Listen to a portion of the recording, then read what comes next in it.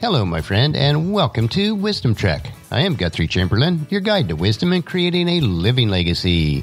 Thank you for joining us for our 5-day-per-week wisdom and legacy building podcast.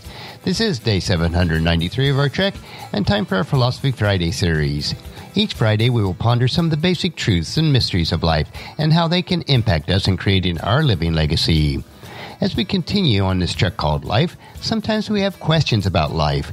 So our Friday trek is a time where we can Ask Gramps. Gramps will answer questions that you would like to ask your dad or granddad, but for whatever reason, this is not possible. No matter how old you are, I know that all of us would like to have the opportunity to ask Dad or Gramps questions about life in many areas. We will address areas such as finances, relationships, health and fitness, business and work, home repairs and renovations, seasons of life, spiritual and biblical questions, and any other areas that may come our way. As your fellow sojourner and mentor on this trek that we call life, it is my goal to provide you with practical wisdom and advice about any areas of life. It is crucial that I receive a constant flow of questions, so please submit your questions to Guthrie at wisdom-trek.com, and Gramps will answer these questions on our Friday podcast. We are broadcasting from our studios at the Big House in Marietta, Ohio. Our trip to assist Aunt Pauline has been delayed once again since she still remains in rehab and does not have a discharge date yet. On the home front, we do hope to get started on the renovation project of our bedroom this winter, but so far this year, we have either been traveling or have had family in on every weekend. Our bedroom is the last room in the main part of the house, which we have not renovated yet. We do still have the third floor, which is a large, open gathering room, to renovate yet, and also the basement, but those are a little bit further down our list.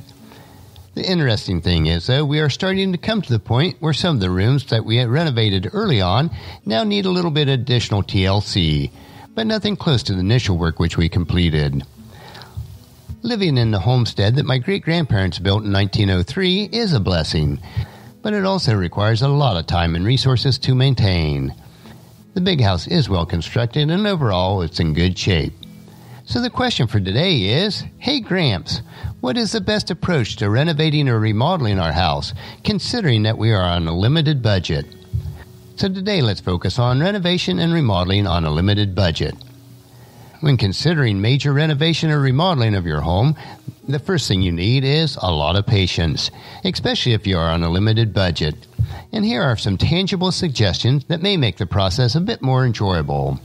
First, if you can do your renovations and remodeling without borrowing any funds, that is always the first thing to consider. You may have to delay some of the work so that you can save and sacrifice, but in the long term, this is a much better approach. If the scope of the project is large, and it would be nearly impossible to save that much money before beginning, then a general rule of thumb is, will the value of the home be increased by more than the cost of the renovation and remodeling? If so, or if the repairs are needed to keep the home safe, then you may consider using an equity line of credit based on the current value of your home. The next step is to determine both the long-term and then the short-term plans for your renovation or remodeling. What is the scope of the overall project, and how can it be broken down into segments that you can complete on a timely basis and that will fit within your current short-term budget? Make sure that you are able to complete the entire segment so that you don't have multiple unfinished project segments left partially completed. Although most of us would like to work on large parts of an overall project, be willing to delay gratification by completing smaller segments and then pay for them as you go. Learn to be frugal and patient. After you have determined the overall scope of the project and the individual phases, then determine what parts of the project that you'll be able to complete yourself. For instance, if you are not trained or capable of framing or drywalling, but feel confident that you can handle the painting of the walls and ceilings, plot out the various duties, and then determine where you may need to hire a contractor. A contractor should be able to complete tasks much quicker than you'll be able to, but it will also cost you more to hire one. Finding a reputable contractor that will also complete the work on a timely basis is not always that easy. In our experiences with contractors, they do a good job for about 90% of the project, but trying to get them to finish that last 10% sometimes can be really challenging. There is always a trade-off between your time invested into the project and determining how much your time is worth and what it will cost to hire a licensed and reliable contractor. Another factor that needs to be considered is whether you enjoy the work of renovation and remodeling. If you do not enjoy that type of work or don't feel that you're qualified to complete the work, then you will have to save and sacrifice so that you can earn the extra necessary monies to hire someone. I think that the only thing that may be worse than a contractor not finishing a project on a timely basis is the tension it may cause between you and your spouse and your children if you attempt to complete a project and never quite complete it. So my encouragement to you when contemplating a renovation or remodeling project is threefold. The first one is plan. Understand the entire scope of the project before moving forward. Next is to prepare. Save until you have enough money to complete the project, or at least definable stages of the project. Make sure that you understand all the costs associated with time and materials to complete the project. If you're not doing the work yourself, make sure that you agree in writing with your contractor of what the project will cost and what will be the timeline for completion. And third and finally, proceed. Once you're committed to the project and have the funding available either through savings or a line of credit, then move forward and complete the project on a timely basis. Don't fall victim to the parable as we read in Luke chapter 14, verses 28 through 30. But don't begin until you count the cost, for who would begin a construction project of a building without first calculating the cost to see if there was enough money to finish it? Otherwise, you might only complete the foundation before running out of money, and then everyone would laugh at you. They would say, "There is a person who started that building but could not afford to finish it."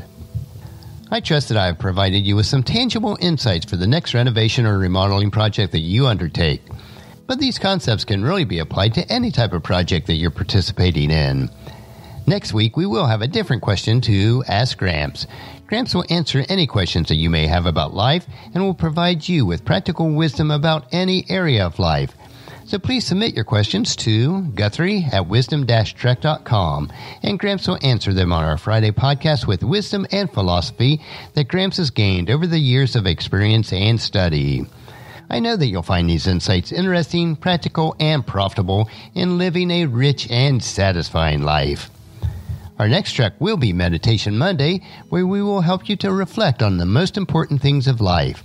So encourage your friends and family to join us and to come along with us on Monday for another day of Wisdom Trek, creating a legacy.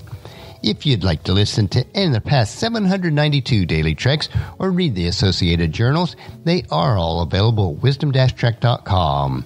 You can also subscribe to iTunes or Google Play so that each day's trek will be downloaded to you automatically. And thank you so much for allowing me to be your guide, your mentor, but most importantly, I am your friend as I serve you through the Wisdom Trek podcast and journal. And as we take this trek of life together, let us always live abundantly, love unconditionally, listen intentionally, learn continuously, let to others generously, lead with integrity, and then leave a living legacy each day. I am Guthrie Chamberlain, reminding you to keep moving forward, enjoy your journey, and then create a great day every day. See you on Monday.